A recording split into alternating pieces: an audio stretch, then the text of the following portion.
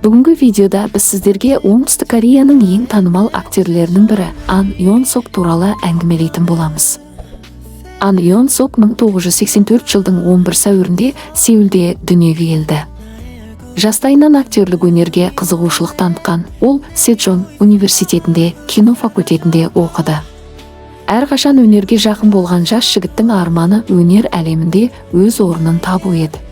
2003 жылы Ан Йон Сок алғаш рет Олбой фильмінде кішігірім рөлде дебют жасап, өнер әлемінде өз жолын бастады. Бірақ шынайы танымалдылық оған 2012 жылы Қасқыр жігіт және 1994-ке оралу сияқты жобалардан кейін келді. Бұл рөлдер оның актерлік шеберлігін және жан-жақтылығын көрсетіп, көрермендердің жүрегін жаулап алды.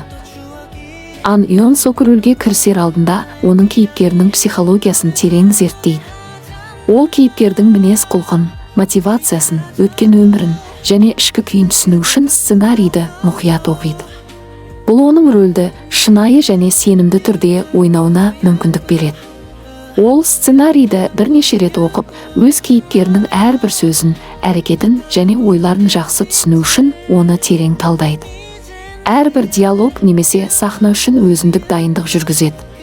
Ан Йон Сок тек талантты актер ғана емес, ол өзінің қарапайымдылығы мен адамгершілік қасиеттері арқылы да көпшіліктің сүйіспеншілігіне бөленген тұлға.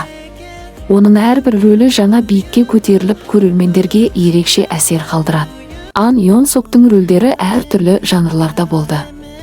Қасқыр жігіт фильміндегі теріс кейіпкері және романтикалық доктор Ким сериалындағы дәрігер бейнесі оның актерлік талантының дәлелі.